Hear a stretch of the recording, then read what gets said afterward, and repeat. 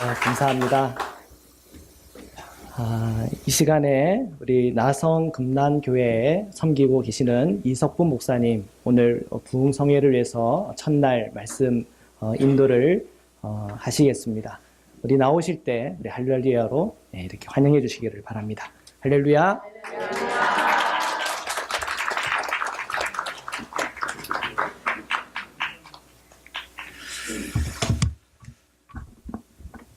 우리 성가대 너무 감사합니다. 우리 성가대께서 불러주신 찬양 너무 저희들의 마음을 움직였고, 또 우리 나성금난연합감리교회 저희들 찬양팀, 그리고 또 우리 사모님, 사모님 어디 계세요? 저기 계시군요. 네, 아주 너무너무 잘 어울리는 그런 찬양팀, 그리고 사모님이셨습니다.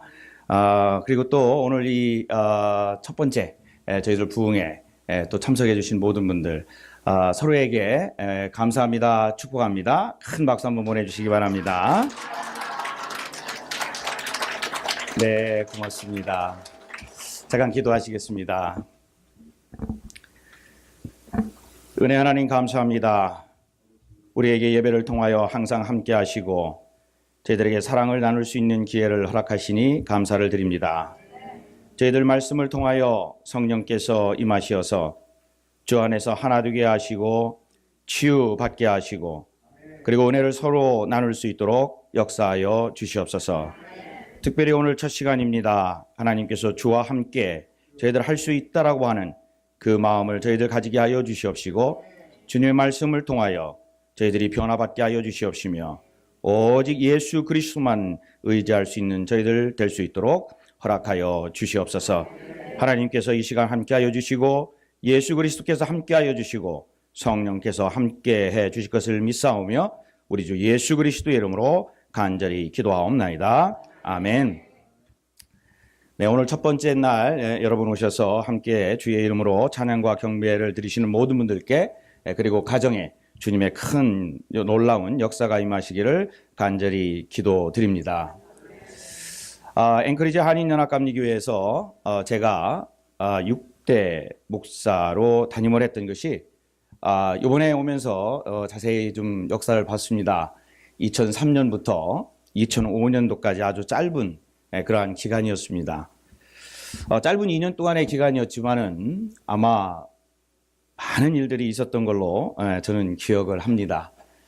그리고 오늘 이렇게 창립 34주년을 즈음하여 사실 부흥회에 제가 왔다고 하는 그 자체만으로도 하나님께서 저에게 주신 큰 은혜요 영광이라고 생각을 합니다. 특별히 이번에는 두 분의 또 장로님을 임직하는 자리라서 저희 교회뿐만 아니라 모든 성도님들 또 저에게 또 큰 그러한 기쁨이고, 특별히 이러한 기회를 또 주신 우리 금원재 목사님 그리고 앵커리지 교회의 성도님들, 특별히 나성금난 연합감리교회의 또 성도님들 모두 감사를 드립니다. 이번에 지금 제가 담임하고 있는 나성금난 연합감리교회에 우리 미션팀과 찬양팀이 함께 와 있습니다. 1차 선교팀은 지난 화요일 날 저희들이 도착을 해서 벌써 뭐 많은 은혜를 받았고 또 많은 일들을 또 함께 했습니다. 그리고 오늘 오후에 우리 찬양팀 또 7분이 오늘 오후에 또 도착을 해서 오늘 찬양으로 섬기게 됐습니다. 저희 나성금난 연합감리교회는 캘리포니아의 LA 공항에 있는 데에서 뭐 멀리 떨어지지 않았습니다. 뭐 한 10분에서 15분 이렇게 있는 곳입니다. 가디나 그리고 토렌스 그쪽에 위치하고 있습니다. 저기 사진에 보이는 거는 이제 우리 스태프들, 그래서 저와 또 부목사님들 그리고 우리 성가대 찬양 성가대 지휘자님, 그리고 하여튼 저희 교회에 지금 섬기고 있는 그런 스태프들이 크리스마스 때 모여서 함께 식사를 하고 찍은 사진입니다. 저희 이제 자매 결혼을 한 파트너 인 미니스트리 저희 교회인데요. 우리와 함께 앵커리지 한인연합감리교회와 저희들이 이제 함께 일을 자매 결연을 맺어 일을 하는데 처음에는 이 파트너 인 미니스트리가 제가 잘 뭔지 몰랐습니다.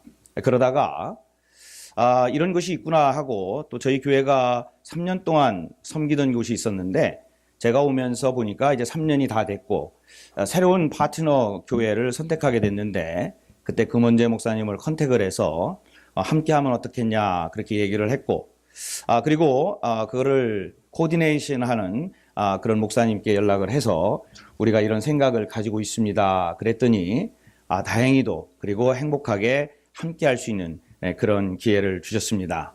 이 모두가 하나님의 큰 은혜인 줄로 믿습니다. 자, 오늘은 주님과 함께, 제가 참 좋아하는 말이에요. 주와 동행, 주님과 함께. 주님과 함께라는 주제를 가지고 말씀을 전하고 들을 터인데 사실 저는 부흥 강사가 아닙니다. 저는 부흥회를 해본 적도 사실은 없고 그렇다고 해서 제가 뭐 부흥회를 어디 가서 초대를 받아서 하긴 했습니다만은 그러나 또 전문가도 아닙니다. 또 뿐만 아니라 우리 앵커리지 한인연합감리교회 뭐라 그럴까요? 제가 목회를 하던 곳이라 이 참 제가 와서 부흥회를 한다는 게 조금 그렇긴 합니다.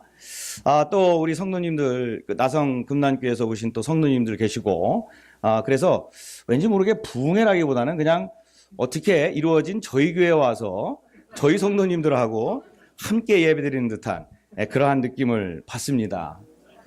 그리고 2005년도에 제가 앵커리지 한인연합감리교회를 떠나서 캘리포니아로 갔는데 그 이후에 저는 나성 금난교회로 오기 전까지 미국인들을 12년 동안 섬겼습니다. 그럼 미국인 교회에서 제가 한국말로 설교를 했을까요? 영어를 설교를 했을까요? 영어로 설교를 했습니다. 그러다가 작년 7월에 제가 나성 금난연합감리교회로 이제 파송을 받아서 왔는데 갑자기 이제 영어로 설교하다가 한국말로 설교를 하게 됐지요. 그리고 사실 미국 교회 앵커리지 있을 때도 수요 예배가 있었죠. 금요 예배도 있었던 걸로 기억하고 에브리데이 원데이만 빼고 우리가 새벽 기도도 다 있었습니다. 그리고 주일 예배 물론 있었고 그러다가 이제 미국 교회로 가니까 다 없어요. 주일날 예배만 딱 한 번 있었습니다. 그리고 이제 바이블 스터디가 하나 있었고 그렇게 이제 12년을 사실은 뭐 어떻게 보면은 편하다 또 어떻게 보면은 좀 드라이했다 또 어떻게 보면은 뭔가 좀 리드가 필요했다라고 하는 그 순간에 하나님께서 정말 열심히 바쁜 나성 금난교회로 파송을 해 주셨습니다.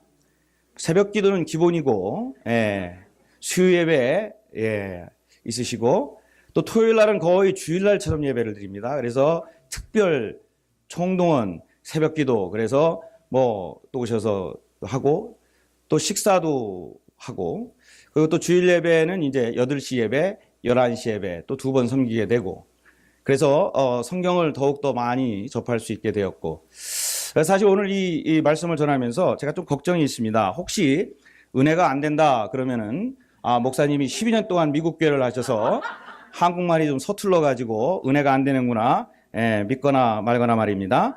그래도 은혜를 많이 받으시기를 주님의 이름으로 축원을 드립니다. 어느 시골 동네에 이발소가 하나가 있었습니다. 그 이발소 아저씨가 이제 하나님을 만나고 예수 그리스도를 만나고 얼마나 기뻤는지 모릅니다. 그래서 은혜가 너무 많이 받아서 내가 일하면서 이발하시는 분이니까 내가 이발을 하면서 하나님의 말씀을 전해야 되겠다. 근데 어느 날 중년 신사가 이제 이발을 하러 들어오게 됐습니다. 그래서 이제 이분이 이발을 다 한 다음에 남자들은 아실 텐데 한국에서는 이게 면도를 하려면 얼굴에다가 수건을 턱 대고 그다음에 여기다 거품을 대고 이제 이발을 한 다음에 이게 면도를 해 줍니다. 그래서 이 이발사 아저씨가 그분한테 옆으로 이렇게 눕히고 수건을 탁 두르고 그리고 이제 면도칼을 들고 너무 기뻐가지고 선생님 죽어서 천국 가실 준비가 되셨습니까? 딱 그러니까 이 신사분이 벌떡 일어나가지고 주랭랑을 쳤습니다. 자기를 죽이려고 하는 줄 알고 이분은 나중에 죽어서 하나님 나라에 갈 준비가 되셔서 예수 그리스도를 믿으십시오 이야기를 하려고 그랬는데 중간에 그냥 뛰쳐 나가셨습니다. 오늘 저의 힘으로나 또는 우리 인간의 힘으로 하는 것이 아니라 오늘 이 저녁에 정말 하나님께서 도우셔서 여러분 나는 죽고 예수 그리스도가 살고 그 안에 성령의 역사가 일어나는 큰 은혜가 넘치시기를 주님의 이름으로 축원을 드립니다. 요즘에는 예수님 다음으로 우리가 믿는 것이 있습니다. 여러분 뭔지 아세요? 아이폰. 예, 누가 그러셨어요? 예, 아이폰 혹은 스마트폰이라는 게 있습니다. 그래서 사실 예수님보다도 어쩌면 더 그거를 믿는 사람들이 있습니다. 예, 그런데 우리가 이 아이폰이나 스마트폰을 가지고 참 편리한 삶을 살아가고 있습니다. 언제든지 우리가 요만한 조그만한 것에 거기에 보면은 저 화면이 나오는데 어떤 걸 물어봐도 이 아이폰은 다 대답을 해 줍니다. 그리고 또 거기에 보면은 친구들의 사진이라든가 이런 것들을 볼 수 있는 페이스북이라든가 트위터라든가 이런 것들을 통해서 또 팔로워가 많으면은 큰 부자가 된 것 같고, 그리고 또 한국에도 보면은 카톡이라는 게 있어가지고 여러분 카톡 막 그러잖아요. 예배 시간에도 그냥 카톡 그러는데 이 카톡이라는 게 있어가지고 한국에 전화를 걸려면 국제 전화를 걸었었는데 요즘은 국제 전화 할 게 없습니다. 그냥 카톡 그걸로 그냥 통화를 하고 요즘은 얼굴까지도 다 볼 수 있는 그러한 세상에 살고 있습니다. 여러분이 페이스북이라고 하는 거를 여러분이 써보시면 알겠습니다만은 저도 이제 친구가 한 1000명이 넘어가죠. 근데 그 1000명이 다 제 친구일까요? 그랬으면 얼마나 좋겠습니까? 그러나 1년에 한 번도 클릭을 하지 않는 친구들이 대부분입니다. 무엇인가 500명, 1000명 이렇게 친구가 늘어나면 내가 좀 부자가 된 것 같고 친구 관계도 풍성해진 것 같고 내가 무엇인지를 모르지만 잘 사는 것처럼 생각할 때가 있는데 사실은 그렇지가 않습니다. 여러분 이 SNS 때문에 염려스러운 일들이 참 많이 있습니다. 요즘에는 이 전화를 목소리를 듣는 것보다는 저희들이 텍스트를 하고 또 텍스트로 여러 가지 이야기를 주고받는데 심리학자들이 이야기하기를 이 텍스트를 하는 것 중에 하나의 심리가 뭐냐면 너는 내 말을 들어라 나는 네 말을 안 듣겠다라는 겁니다. 텍스트를 해서 내가 할 말만 하는 것이지 내가 어떤 리액션을 해가지고 저쪽 친구와 또는 상대방과 대화를 하는 것이 아니라 너는 내 말을 들어라 그렇게 이야기를 한다는 겁니다. 아마 여러분의 집에서도 이런 일이 많이 있을 겁니다. 여러분 식탁이나 소파에 누워 있으면 옆에 있는 사람들하고 별로 대화가 없습니다. 저렇게 앉아서 한쪽에 뭔가를 하고 있으면서 꼭 한 손에는 여러분 핸드폰을 들고 있거나 그러면서 텍스트를 합니다. 그렇죠? 많은 분도 있겠지만은 저기는 강아지도 하네요. 우리 집 강아지는 안 합니다. 그리고 또 옆에 있는 밥을 먹다가도 보면은 아이들이 2명 있는 데는 옆에 있는 아이가 서로가에게 텍스트로 엄마 아빠 모르게 또 얘기를 하는 경우도 있습니다. 그렇죠? 이거 여러 가지 이야기를 하게 되지요. 열심히 문자를 하고 무엇인가 대화를 하는 것 같고 무엇인가 하나께 뭔가 즐겁게 이야기를 하는 것 같은데 진정으로 내 마음속에 우러나서 대화를 하지도 아니하고 무엇인가 들으려고도 하지 않습니다. 여러분 이 디지털 시대에 저희들이 살고 있는데 무엇인가 풍성해진 것 같기는 한데 무엇인가 부족하고 그리고 무엇인가 많은 것을 얻은 것 같은데 아는 것 같은데 똑똑해진 것 같은데 왜? 스마트폰이니까 똑똑해진 것 같은데 결코 그렇게 우리가 스마트하게 살아가지는 못하고 있습니다. 그거를 넘어서 이제는 현대인들은 아마 혹시 오늘 오실 때에 아이폰이나 스마트폰을 집에 놓고 오신 분이 있으면 지금 엄청 불안할 겁니다. 그렇죠? 누가 전화하지 않았나, 누가 텍스트하지 않았나, 누가 급히 연락을 하지 않았나, 그냥 두렵고 떨리고 왜 목사님은 설교가 저렇게 길까, 또 이렇게 생각하시는 분도 있을 텐데 사실은 그게 없어도 우리는 살아갑니다. 그런데 그럼에도 불구하고 많은 사람들은 그것에 중독되어서 살아가는데 어떤 서베이 하는 분들이 그거를 조사를 해보니까 보통 남자는 하루에 10시간, 여성은 8시간을 이 핸드폰, 스마트폰에 얽매여서 살아간다는 겁니다. 21세기의 디지털 세상 엄청나게 많이 바뀌었습니다. 많은 특성도 있고 변화도 있고 사람들의 관계는 더 좋아진 것 같은데 우리는 고립되어서 살아가고 그리고 아까도 말씀드렸습니다마는 저희들은 무엇인가 핸드폰으로 뭘 하든 대화를 하든지 간에 내 말은 다른 사람이 들어주기를 좋아하는데 나는 다른 사람의 말을 귀를 기울여서 하지를 않습니다. 우리 목회자들은 압니다. 목회 상담의 첫 번째가 뭐예요? listening, 들어주는 겁니다. 그런데 어디를 가도 이제는 들어주는 사람은 없고 말하는 사람들이 생기게 되고, 그러면서 우리는 왠지 모르게 풍성해진 이 사회 속에서 더욱더 외롭게 살아갑니다. 저희 아내가 이번에 같이 못 왔는데 모든 이유는 이제 직장을 가지고 있습니다. 그래서 풀타임으로 직장을 가지고 있는데 직장을 무엇을 하냐면 LA에 있는 데서 메리지 패밀리 테라피스트 상담, 가정 상담소에서 일을 하고 있습니다. 근데 저희 아내하고 이야기를 나누면서 이런 이야기를 했습니다. 어떤 사람들이 요즘에 그 메리지 패밀리 테라피스트 가정 상담을 하러 오느냐라고 물어봤더니 요즘은 가정 문제가 있어서 오는 사람보다는 누군가가 내 말을 들어줬으면 좋겠다는 이유가 대부분이랍니다. 그러니까 상담을 하려면 얼마씩 페이를 해야 되는데 내가 50불이든 100불이든 페이를 하고 적어도 1시간은 이 상담을 들어주는 상담사는 내 말을 들어줄 것이 아닌가. 자기 남편하고도 이야기할 수 없고 자기 아내하고도 이야기할 수 없고 뭐 자녀들은 아예 대화가 되질 않고 누구하고도 얘기를 할 수가 없기 때문에 내가 무엇인가 페이를 하더라도 1시간 동안 내 이야기를 들어줄 수 있는 사람이 있다면 나는 어느 정도 페이를 하더라도 거기에 와서 상담을 하겠다라는 사람들이 많다고 그럽니다. 그래서 목회도 요즘은 그런 말 많이 합니다. 치유 목회 또는 회복의 목회, 목회 상담, 돌봄의 목회. 왜 그러냐면 이제 교회 내에서도 솔직히 얘기해서 누구의 이야기를 들으려고 잘 하지 않습니다.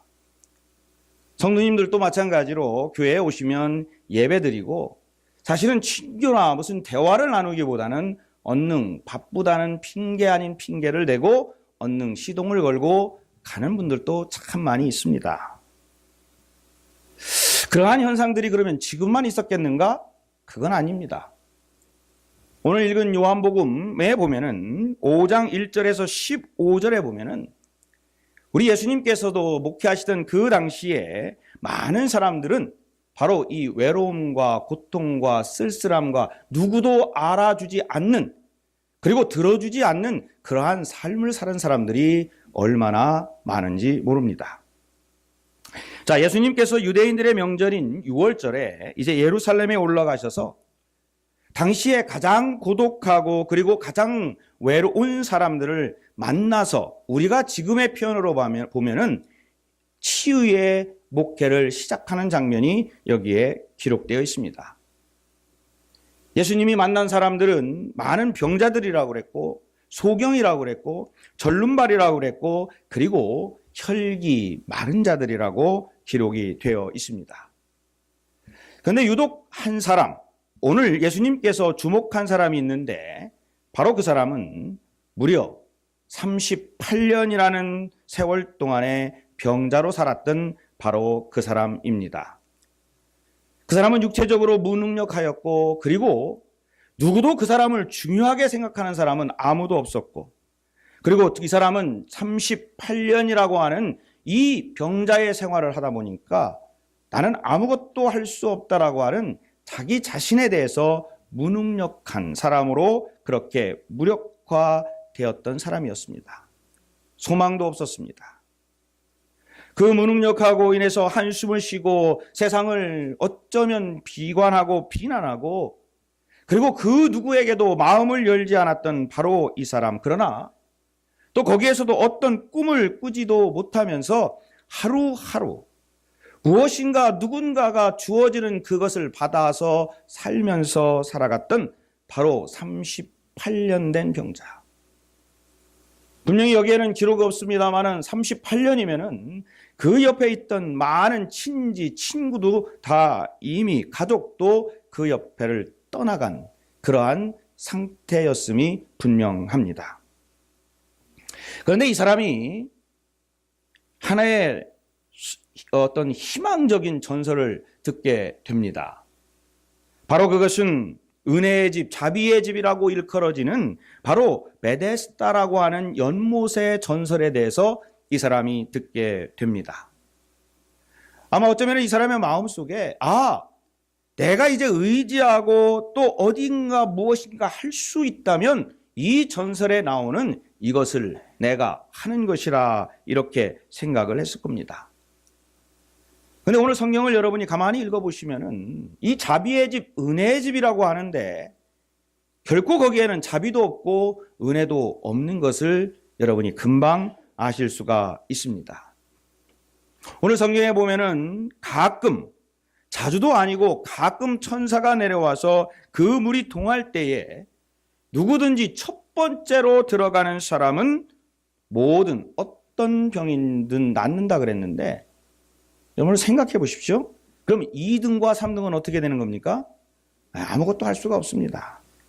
오직 여기에서는 1등만 고침을 받는 것이고 2등과 3등은 그냥 실패자로 거기에 다시 설 수밖에 없는 겁니다.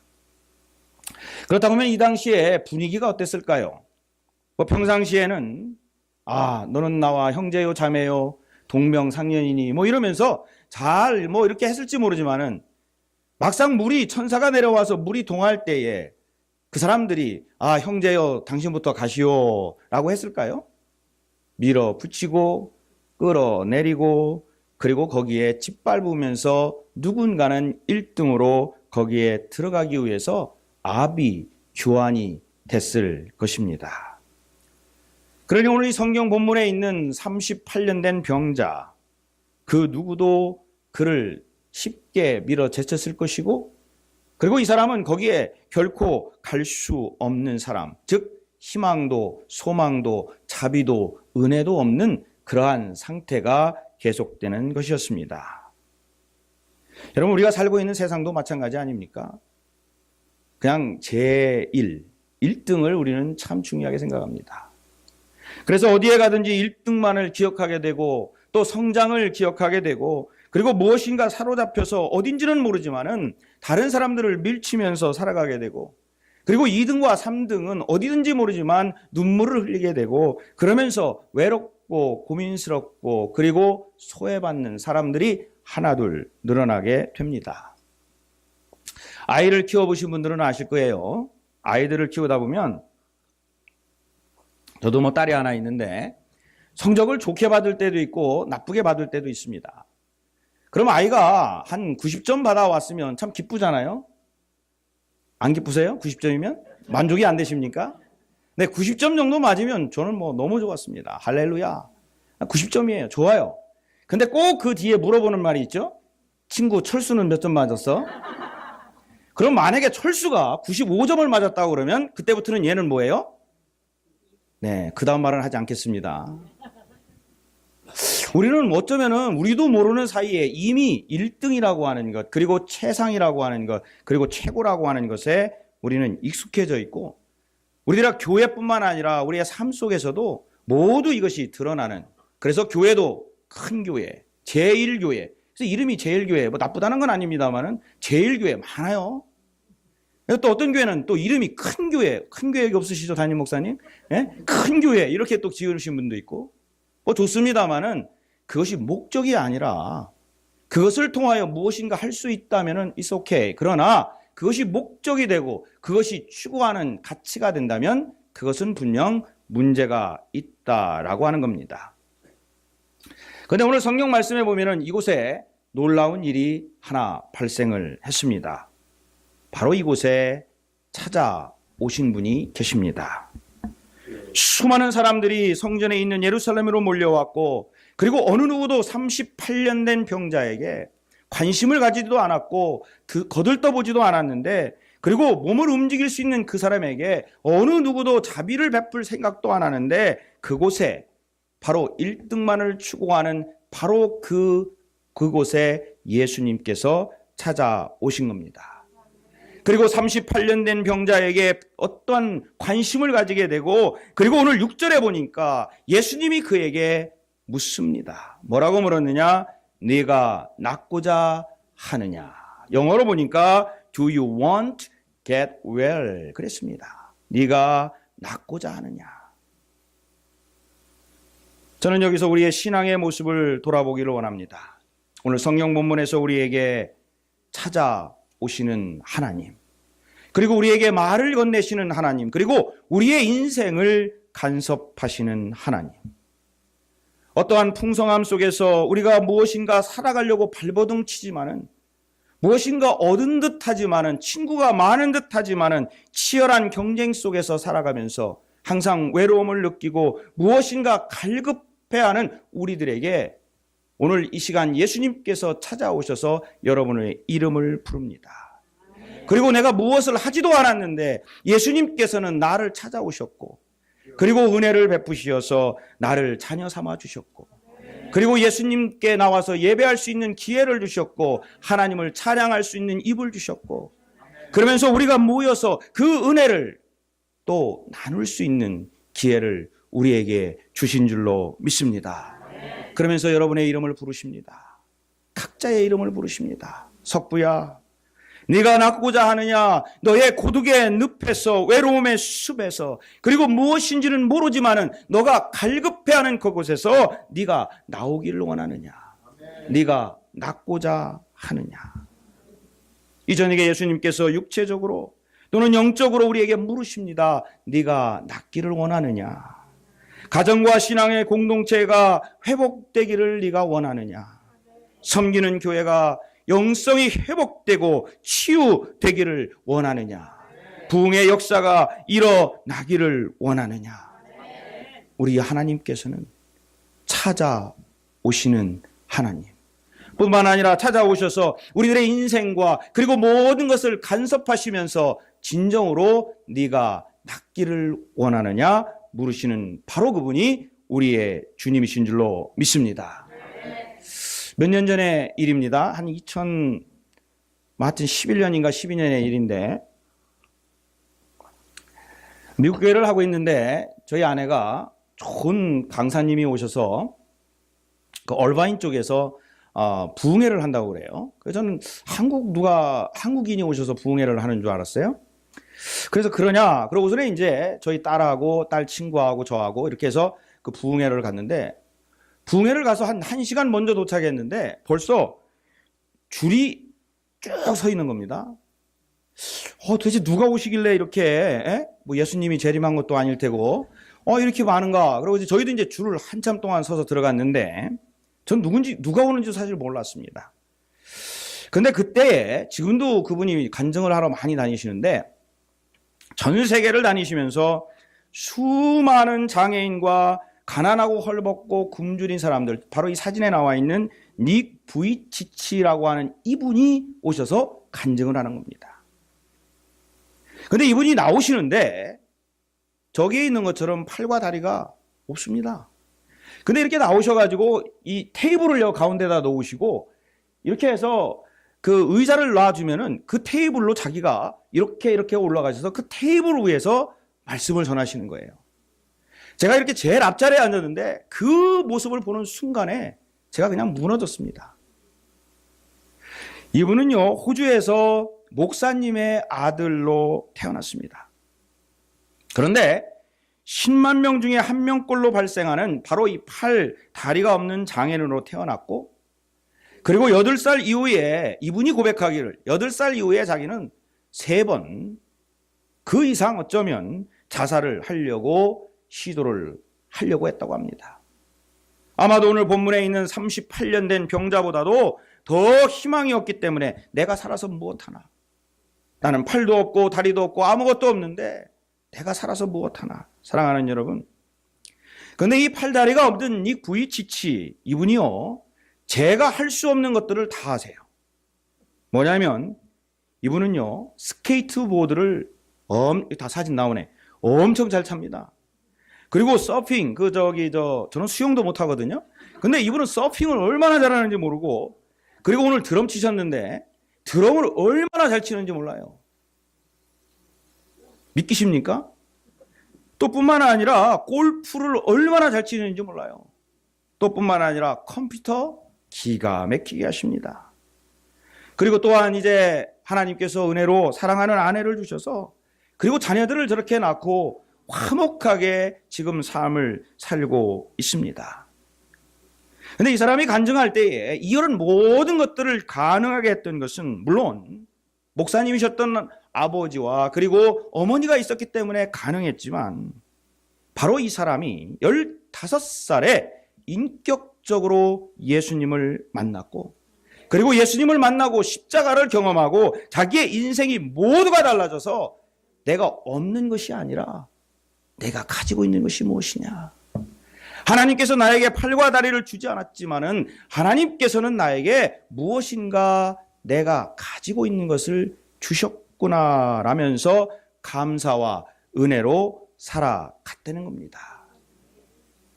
그러면서 제가 다른 것은 다 기억 못하는데 그때 했던 말씀 중에 저에게 도전이 되는 말씀이 있습니다. 그게 뭐냐면 이분이 물론 영어로 얘기했는데 한국말로 지금은 얘기를 하면 이런 말입니다. 우리 신앙인들의 삶에서 하나님과의 역동적인 만남과 사랑이 있어야 합니다. 신앙생활을 실제 삶 가운데서 체험해야 합니다. 우리의 죄를 용서해 주시고 성령의 능력으로 자유케 하신 하나님을 인격적으로 만나야 됩니다. 세상이 인정하고 또 그것이 성공하는 것 그것이 아니라 하나님을 경험하는 것이 가장 중요합니다. 아멘이십니까? 바로 이 희망의 전도사 닉 부이치치처럼 찾아오시고 만나시는 하나님, 그리고 직접 스스로 오시는 하나님, 나의 인생에서 어느 날 갑자기 내가 생각하지도 않았던 그 순간에 오셔서 내가 희망 없이 살아갈 때에, 어쩌면 누구도 나를 알아주지 않는다고 할 때에 찾아오셔서 나에게 기쁨과 화평과 희망을 주시는 하나님, 바로 그분을 우리는 인격적으로 만나야 될 줄로 믿습니다. 그러한 모든 만남이 모든 우리 앵커리지 또 나성금난 그리고 여기에 참석하신 모든 분들에게 함께 하시길 주님의 이름으로 축원을 드립니다. 자, 그러면서 이 성경을 조금 더 읽어보시면 잘 이해 안 가는 부분이 제 마음속에 자꾸 저를 바다한 부분이 있습니다. 왜 예수님을 이걸 물어봤을까? 예수님은 왜 이걸 물어봤을까? 왜 예수님은 네가 낫고자 하느냐라고 하는 것을 이 환자에게 물어봤을까? 여러분, 배고픈 사람한테 너 배고프냐? 너 음식 먹고 싶으냐? 그러면 뭐라고 그러겠습니까? 네, 먹고 싶다고 그럴 거예요. 아픈 사람한테 너 아프냐? 너 내가 낫게 해줄까? 너 낫기를 원하느냐? 그러면 뭐라고 하겠습니까? 낫기를 원합니다. 이렇게 할 텐데 왜 예수님은 38년 된 이 병자에게 만나서 네가 낫고자 하느냐라고 물어보았을까? 이것은 도전입니다. 예수님께서는 지금 물어보시는 거기에 이 환자에게 내가 낫고자 하는 의지가 너한테 있느냐 하는 겁니다. 그 말씀은 뭐냐면 다시 말해서 너가 진정으로 새로운 꿈을 가질 준비가 되어 있느냐는 겁니다. 내가 너를 낫게 해줄 터인데, 내가 너의 삶을 바꿔줄 터인데, 내가 이제 인격적으로 만나서 너의 모든 삶을 다 바꿔줄 터인데 네가 비전을 가지고 살아갈 준비가 되어 있느냐? 참 변화하기를 원하느냐? 네가 다른 삶을 살기를 원하느냐?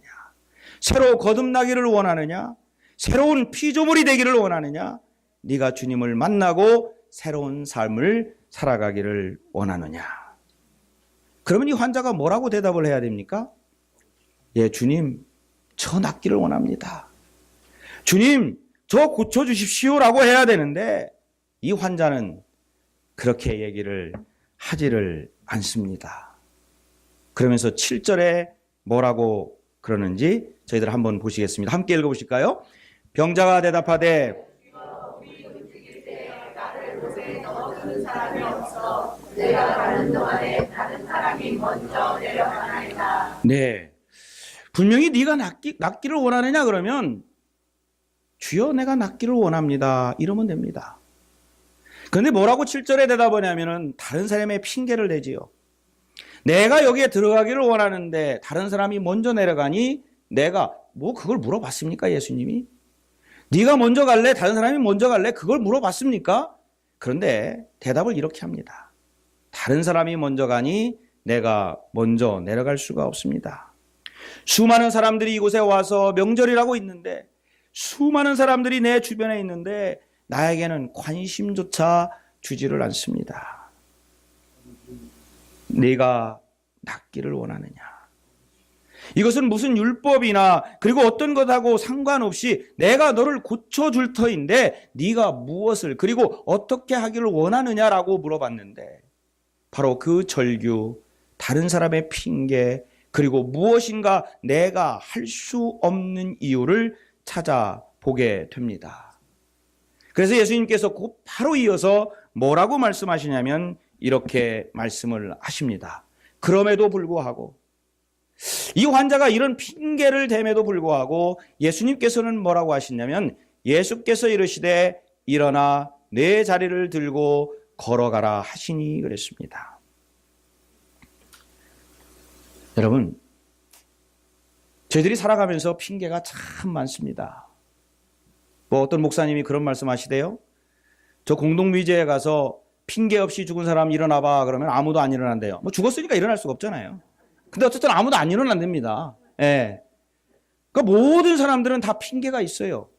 늦으면 늦은 핑계, 일찍 오면 일찍 온 핑계, 뭐 다 있습니다. 그런데 예수님께서는 그 어떤 것도 묻지 않으시고 이 사람에게 일어나 내 자리를 들고 걸어가라 그랬습니다. 그것은 바로 예수님이 만났을 때에 치유 역사가 일어나고 그리고 그것은 어떤 핑계, 어떠한 조건이 아니라 내 마음속에 믿음과 신앙이 있을 때에 그것이 이루어진다라고 하는 것을 오늘 말씀을 통해서 말씀해주고 있습니다. 15절을 보시면 그럼 어떻게 이 사람이 변했는가? 그 말씀이 또 거기에 기록되어 있습니다. 그 사람이 유대인들에게 가서 자기를 고친 이는 예수라 하니라. 여러분들께서 이 성경 구절을 그냥 쭉 읽으시면은 뭐 그랬나 보다 이렇게 그냥 그렇게 생각이 되는데 이거를 읽어보시면은 바로 이 사람은 이 중간에 예수님에 대해서 증인이 되었다고 하는 겁니다.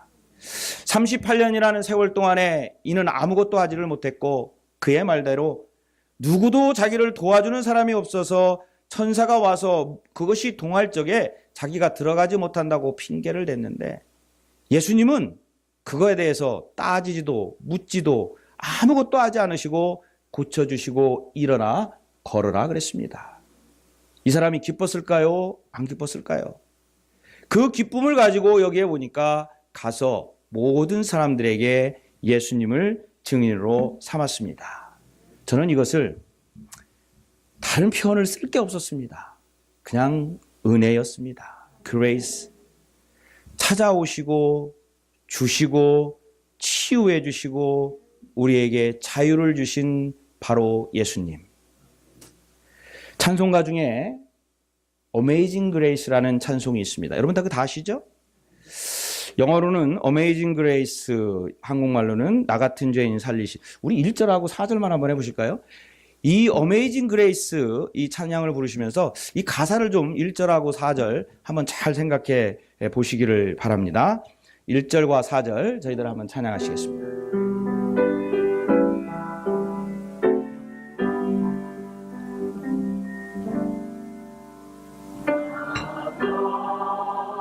큰 죄인 살리신 주의 놀라워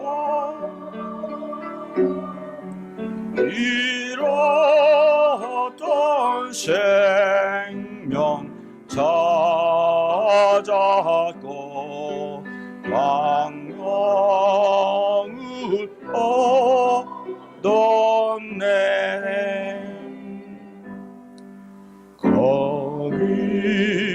거기서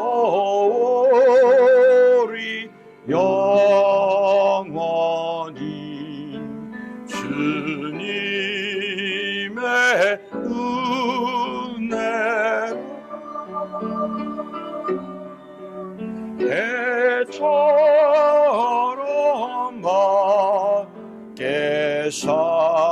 살면서 주 찬양하리라.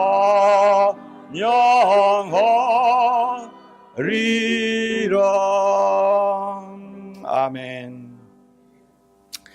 이 찬송가를 보면은 여러분 아시는 분은 아시겠습니다만은 존 뉴턴이라는 사람의 자선적인 그 이야기를 여기에 가사화한 찬양이 이 찬양입니다.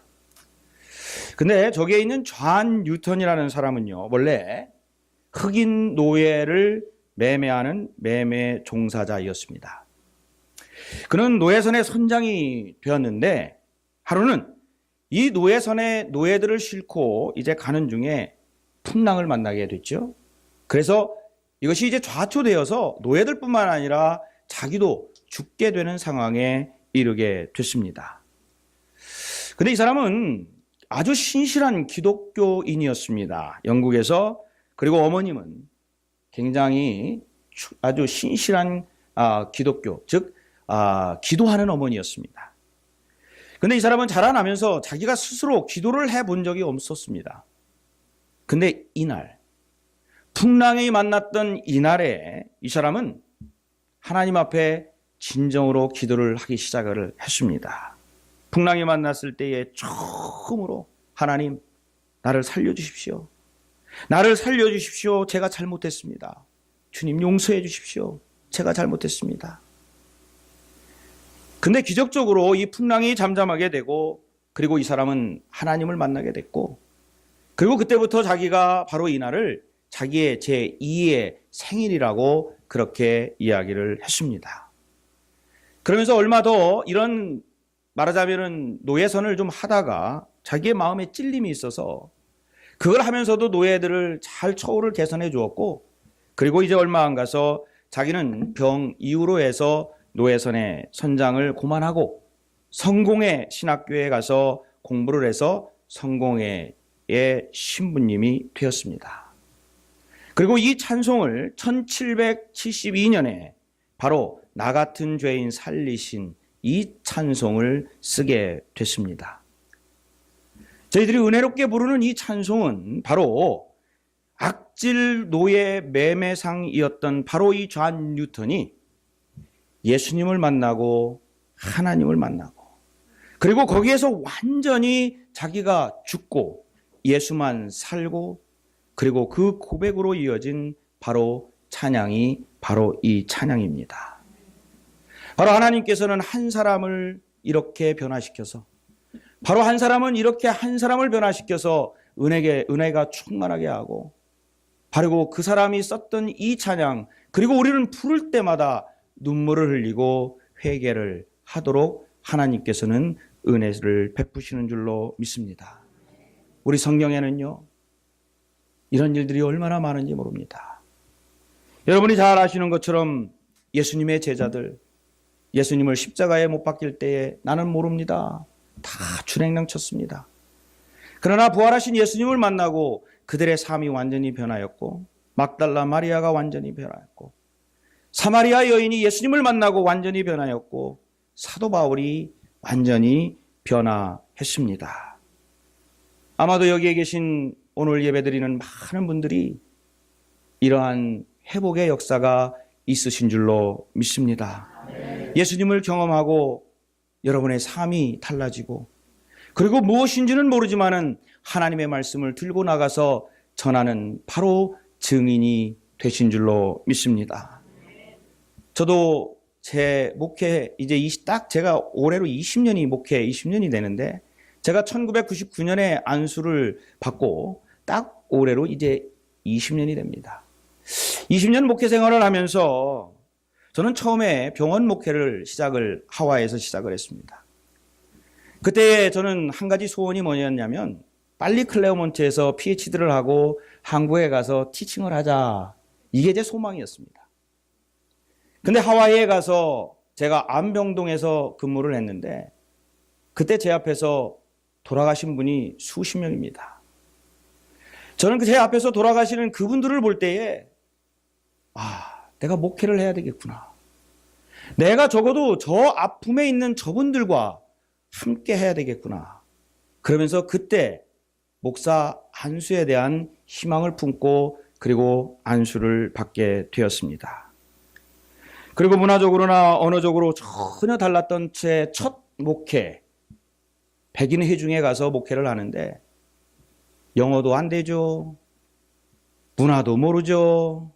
제가 지금 생각하니까 어떻게 목회를 했는지 그걸 뭐라고 그래요? 하나님의 은혜다. 제가 첫 번째 설교를 하러 강다상에 올라갔는데 제가 이 다리가 지금 이렇게 이제 앉아 계셨을 거예요. 이 다리가 얼마나 떨고 있었는지 성가대에서 저를 보시고 나중에 끝나고 나서 그리고 이 소리가 들렸어요. 달달달달 떠는 소리가 이 마이크를 통해서 들릴 정도. 그 한 분 백인 저 남성 그때 뭐 우리 저 권사님 장로님 이런 게 없었으니까 그 성도님이 왜 이렇게 다리가 떨냐고 막 그러시면서 걱정하실 정도로. 근데 거기에서 4년 넘게 목회를 했습니다. 그리고 제가 파송받아 온 것이 바로 이 앵커리지 한인 연합 감리교회였습니다. 정말 어딘지도 모르고 여기에 왔어요. 저는 앵커리지라고 그래서 처음에 LA 근처인 줄 알았습니다. 솔직히 얘기해서. 감리사님이 알래스카 앵커리지라고 그러는데 앵커리지가 LA 근처입니까? 샌디에고 근처입니까? 제가 이렇게 물어봤어요. 근데 여기였어요. 뭐 우리 다 계신 분도 그때 있었는데 정말 힘든 때였습니다. 근데 여기 와서 앵커리지 연합감리교회 우리 성도님들과 짧은 기간이었는데 저는 그때 함께 하면서 목회가 이런 거구나. 부족한데 무엇인지 모르지만은 부족한데 그래도 하나님께서 나를 쓰시는구나.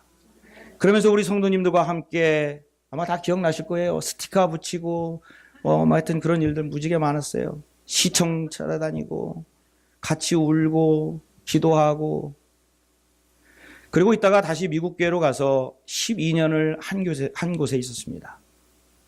근데 사실 미국 교회에서 12년 있는 게 쉬운 일은 아닌데 12년을 있으면서 또 거기에서 그냥 편안하게 목회만 했으면 너무나 좋았을 텐데 그렇지는 않았습니다. 어려운 일도 많았고 고비도 많았고 근데 12년 동안 하나님께서 지켜주실 때에 또 뭐라고 제가 생각을 했을까요? 하나님의 은혜구나. 그러면서 이제 나성금난연합감리교회로 또 이제 파송이 됐습니다. 감리사님이 사무실로 좀 와라. 텍스트가 왔어요. 밥 먹고 가겠습니다. 그리고 밥 먹고 갔습니다. 그랬더니 제가 말씀을 아마 드렸을 거예요. 딱 뭐라고 그러냐면 비숍이 너를 쿰난교회로, 그래서 쿰난이 또 어딘지를 몰랐습니다.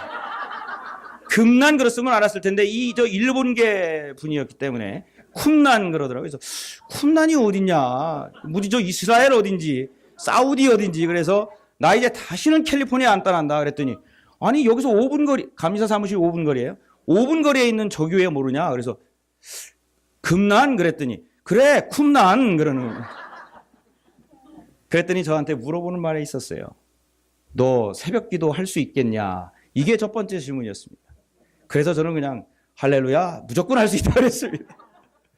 그리고 감독님이 이제 파송을 해서 지금 나성 금난교회를 섬기고 있습니다. 제가 이것도 어떻게 생각했을까요? 하나님의 은혜입니다. 처음에 와서요 새벽 기도를 하는데 유스트가 안 돼가지고 새벽에 일어나는데 얼마나 긴장이 되는지 핸드폰으로 3시, 4시, 4시 반, 5시 4번을 알람을 만들어 놨어요. 늦지 않으려고 3시에 일어났다가 좀 자야지 4시에 또 따르릉 일어나고. 그래서 첫 번째부터 이제 늦지 않고 지금까지 제가 아파서 2주 정도 빠졌는데 그거 빼놓고는 전혀 늦어서 빠진 적은 없습니다. 이것도 뭡니까? 하나님의 은혜입니다. 오늘 하나님께서 이 같은 은혜가 모든 여기에 있는 우리 앵커리지 성도님들, 나성 금난의 성도님들, 또 함께 있는 여러분에게 모두 임할 줄로 믿습니다. 그러면서 여러분에게 도전을 드립니다. 여러분은 지금 어디에 서 계십니까? 여러분은 여기에 있는 바로 38년 된 병자처럼 어쩌면 무기력에 빠져 있는 분도 계실 거고, 어쩌면 무엇인지 모르지만은 내가 가지고 있지 않은 것에 자꾸 아쉬워하면서 가지지 않은 것을 그리워하면서 사시는 분도 아마 있을 것입니다. 그리고 어떻게 하든지 내가 1등을 하기 위해서 다른 사람들을 끌어내리고 그리고 짓밟고 1등을 하기 위해서 어쩌면 이웃들 돌보지 않으시고 또 자기의 모든 것들을 위해서 어쩌면 그럴 리는 없겠지만은 또 살아가시는 분도 혹시나 있을지도 모르겠습니다. 근데 오늘 이 저녁에 우리 하나님께서 여러분에게, 우리 예수님께서 여러분에게, 우리 성령님께서 여러분에게 묻습니다. 네가 낫기를 원하느냐? 다른 어떤 것보다도, 세상에 있는 어떤 지식보다도, 세상에 있는 어떠한 것보다도 정말로 내가 나를 만나고 네가 나를 만나고 낫기를 원하느냐? 저는 여러분의 신앙 속에서 이러한 고백의 기도가 있기를 간절히 바랍니다. 주여, 우리 주님이 나의 소망이십니다. 오늘 이 시간에 주님 한 분만 있으면 족합니다. 오 주님, 나의 심령이 주님의 은혜를 사모하게 하여 주시옵소서. 우리 가정이 주님의 은혜로 인해서 회복되게 하여 주시옵소서. 우리 교회가 주님을 향하여 저희들 천도의 불길이 타오르게 하여 주시옵소서. 새로워지는 저희들 소망을 갖게 하여 주시옵소서. 그리하여 저희가 회복되고 그리고 주님의 은혜로 하루하루 살아가면서 주님의 놀라운 역사를 경험하게 하여 주시옵소서. 바로 이러한 기도가 저희와 모든 성도님들에게 기도가 되기를 간절히 축원을 드립니다. 저희들 하나님께서 여러분에게 물으십니다. 잠시 저희들 눈을 감으시고 바로 이 질문에 여러분이 대답을 해 보시기를 부탁을 드립니다. 네가 낫기를 원하느냐? 지금까지 가지고 있었던 모든 것들, 지금까지 가지고 있었던 내가 무엇인가 할 수 없다고 하는 그 소망이 없는 삶 속에서, 그리고 나만을 바라보았던 그곳에서 이제 십자가를 바라보면서 나는 죽고 예수 그리스도는 살고, 나는 죽고 하나님만 살고, 나는 죽고 성령의 역사만 붙들고 살아가기를 원하오니 주여 함께하여 주시옵소서. 나는 이러한 기도를 지금 할 수 있는가? 저들 조용히 한번 생각을 해보시기를 부탁을 드립니다. 주여, 저를 불쌍히 여겨 주시옵소서. 주여, 38년 된 병자 주님께서 회복시켜 주었던 것처럼 우리 각자를 회복시켜 주시옵시고, 우리 가정을 회복시켜 주시옵시고, 우리 교회를 회복시켜 주시옵시고, 오직 예수 그리스도만 붙들고 주와 함께 살아가게 하여 주시옵소서. 저희들 주여 세 번 부르고 함께 통성으로 기도하시겠습니다.